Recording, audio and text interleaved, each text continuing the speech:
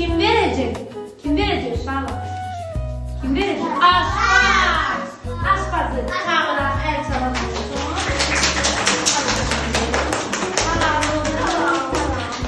Tamam, yine kalacak uşaqlarımız iyi niyetində. Roza Maşallah, maşallah. bizim çaylar. Düzeltdiler. Aman çiçeği ve keçisi. Buyurun. Görmüşlər pisdir. Geçirdi maşallah. Əzizlə, Qiymət bu deyil. işə yaxşı. Mənim 3 bal sistemidir. 1, 2, 3. En xoşunuza gələn hansıdır? Ən xoşuma gələn bu görünür, eşik gözlə. Gümüşlər yaxşıdır. Buna 2 verir, 2. Mən 2 nömrə alır 2. Onu bir liraya, bir liraya qaldı. İsə buyurun, əsas məsələ qaldı. Buyurun, Roza.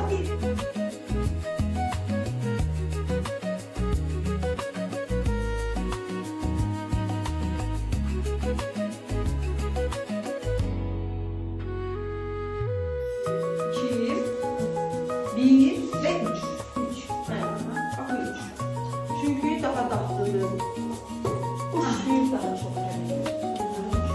Süt hamuru. Bu daha tatlıdır. Bu da hıyar çok. Orada yumurta çok gelir. Ele gelir yumurta.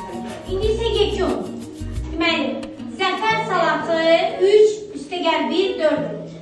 Pikachu salatı 2 üstəgəl 3 5 edir. Kromi isə 1 üstəgəl 2 3 edir.